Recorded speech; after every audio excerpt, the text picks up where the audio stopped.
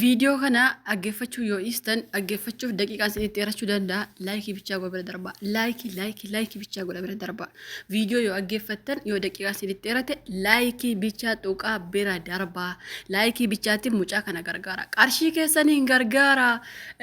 Deema viidiyoo naa waraabaa isiniin hin jenne. Laayikii bichaa godha. Mucittiin kuni obboleettii kee yookaas immoo haati koof haati ishee tokko abbaan koof abbaan ishee tokko taateef otoo hin taane biyya ormaatti rakkachuu isheerraan kan nagadisiifteef sinii galee mucayyoon kun sagalee natu jalaa balleesse sagalee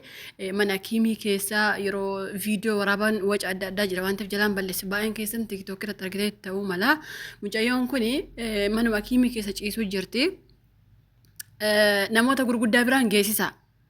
Laayikii yoo gootan viidiyoon namoota gurguddaa bira gahaa jechuudha namoota beekamtii qaban sinii galee mucayyoon kun akka gargaaramtuuf laayikii bichaa itti baay'isaa viidiyoo kana addunyaarra facaasaa fi namoonni tiiktookii qabdan viidiyoo ishee yeroo agartan tiiktookii irratti tiiktookii keessa isheerraa buusaati tiiktookii keessan irratti gadhiisa feesbuukii keessan irratti gadhiisa addunyaa irratti gadhiisa sinii galee har'aatii mana namaa keessatti tarii nagaallee isin hin gaafanne nagaa keessanii jirtanii dhiifama yeroo baay'ee nagaa nu hin gaafattu jettanii nagaa yeroo baay'ee isin gaafa ergoo mucittii kana isin dhiisuu jalqaba. Qabeelatti fakkaata dhiifama mucittiin kun baay'ee kan gaddisiifte dhugaa dubbachuufi maqaan koo eenyu jedhama jettee maqaa ishee mee viidiyoo xiqqoorraa dhaggeeffadha. Mucittiin kun maqaan koo Madiinaa jedhama alattuu Wallaggaatti naannoo Naqqamteetti jettuun himatti mucaan kun harki miilli ishee lamaan turraa citee jira ishee mucayyoon gaafatte sunillee maal jette anillee mana kiimii ufeen argee as keessatti malee mucayyoo kana hin beeku akka carraa ufeen argeette baay'een ijoollee viidiyoo waraabaa jiran ijoollee araba waliin mana kiimii deemetu viidiyoo waraabaa jira mucayyoo kana malee mucayyoon kun hamma ammaatti illee gargaarsa tokko waan argatteettu hin qabdu jechuudha sinii galee namni tokko haqee viidiyoo ishee waraabaa hin jiru nama tokko gargaarsa argatteettu hin qabdu garuu namoonni viidiyoo ishee waraabanii gadhiisaa jiran ijoollee araba waliin mana kiimii deemetu waraabee gadhiisee jechuudha mucayyoo waraabde kun gara umaarratti dubbattee jirti. Sagalee waca waan jiruuf jala dileetii godhatu sagalee jechuudha. Mucayyoon sun maal jette anis akkuma carraa mana kiimii ufeen mucayyoo kan argee luka lamaan irra hin jiru harki ishee tokko hadoodee jira yoo namni gaafatu anoo hin beeku asumatti uf argee namoonni immoo xiyyaararraa kuftee jennaan finnee as keessa gashine asitti miilli sirraa cite naan jedhu ani garuu fayyaa koo biyya kiyyaa xiyyaara yaabbadhe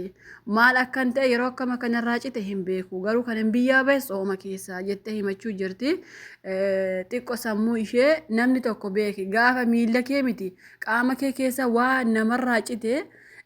dhugaa dubbachuuf baay'ee namatti dhagahama sammuu kee wallaaluu yookaan maraachuu miti lubbuun namaayyuu hin baha jechuudha.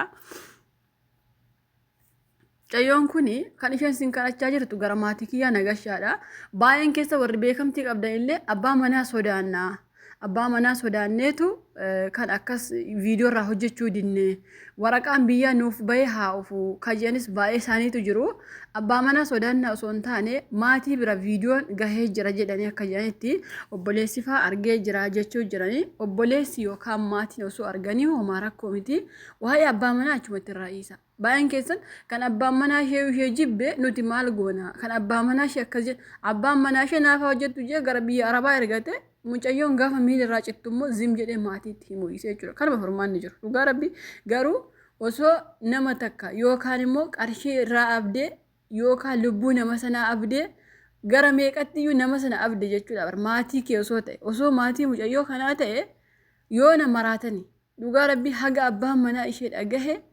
osoo maatiin dhagaaniiru ta'e yoo nama maraatani jechuudha. Mucayyoon kun maal isin kaa'achaa jirtire walii galaatii gara maatii kiyyaa nagashaa. Bakka kana bichaa isin gaafatte baay'een keessan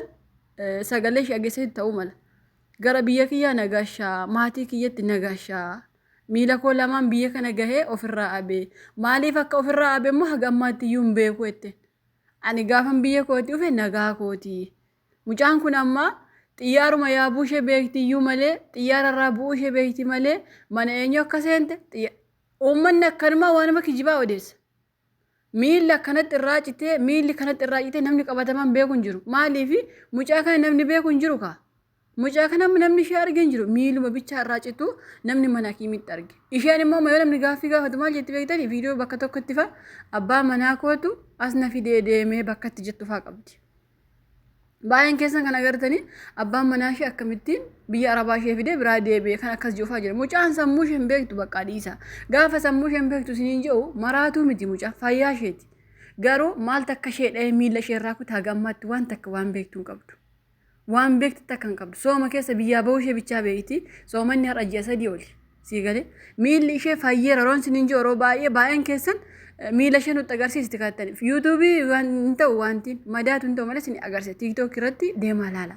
miila ishee jechuudha fayyee jira qooree jira madaan ishee mucaan kun amma mana kiimii sanatti illee ammallee dhaala qorichi irraa buqqa'ee hin jiru haa galatooman warrummaa mana kiimii sana keessatti hagammaat irra kaanu garuu eenyutu abbaa itti ta'e miila sana lamaan irraa muri'a miila lamaa irraa muramuu maaltu fidee abarra maal gaaffii kana nama nu gaafatu akkamitti namni dhugaa rabbiin amma namoonni baay'een biiroon keenya akkasi maaloon keenya akkas biiroon kees haati kees abbaan kees eenyuun kees biyya kana keessatti rabbi bicha dhugaa rabbii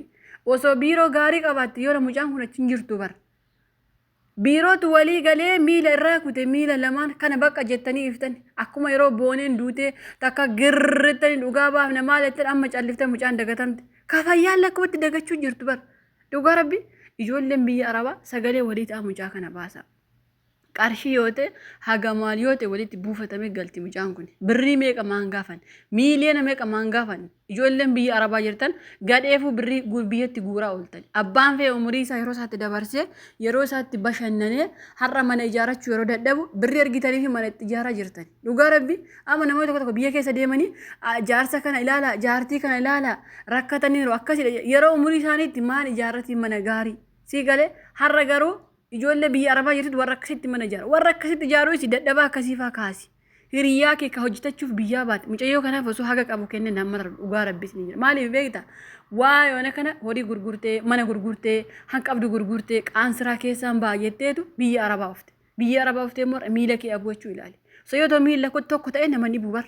ani ko gaafa dura viidiyoo irraa hojjedhe miila ishee tokko se'e dhugaa rabbii har'a miila lama abuu jechuun ilaala umrii ishee guutuu abdeerti mucayyoon kun dhugaa rabbii umrii ishee guutuu bifa kana fakkaattu bareedditti kana taate garuu miila hin qabdu miila lama irraa cite harki tokkollee hadoodee taa'e baqa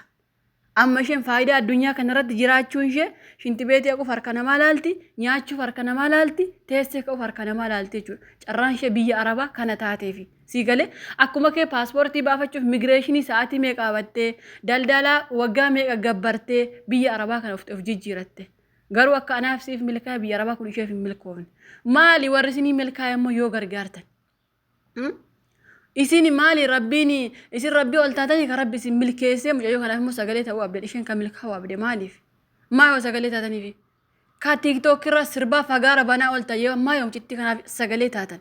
hamma tiiktook irra sirba ga'iifte feesbuukitti sirba ga'iifte mucayyoo kana gadhiisi bakka iyyi yaa uummata sagalee nutaa hadiyyaa kiyya nuu baasa obboleetti kiyya nuu baasa jedhe obboleetti makeeti bara dhugaa rabbi har'a mucayyoon harkaaf miila abdee ciiftu kun akkuma kee biyyaa baate bara kaaniifuu sagalee ta'aa ooltu kaaniifuu irsi ajjeese eenyuun ajjeese dhugaa baafnachaa ooltamu maa yoo fayyaatti qaqqabdan mucetti kan dhugaa rabbii garaa isin hin nyaattu dalagachuuf biyyaa baate akkuma kee jijjiiramuuf biyyaa baate har'a garuu harkaaf miila abdee gara biyya ati koo bar baay'een keenya gaafa qarshii akka malee baafnu bu'aa oolla qarshiin koo akkas ta'ee abaluun nyaatti qarshiif bu'aa oolla isheen garuu umurii ishee guutuu abde ilaali kana manna du'a filadhaan dhugaa rabbii isiniin jedha mucayyoo kanarra du'a wayya sii galee hinumaayyuu isin keessatti akkas ta'uun salphina osoo lammii biraatii yoona kana mucayyoon kun kaate achi galte gara biyya ofii ilaala waan lammii keenya taateef haga har'aatti gargaarsa abdee achi keessa ciifte osoo reeffa ta'e osoo mucayyoo kana du'eera ta'e hundi keessan irraa yiitanii habaaboo kadhattanii dhugaa rabbii isiniin jedha hundi keessan ka tiiktook irraa har'a iyyaa ooltanillee osoo mucayyoo kana du'e jedhanii suuraa ishee isinii maxxansanii reeffa biyya gashina birrii buufadhaattanii uwwattanii as baatanii iyyitan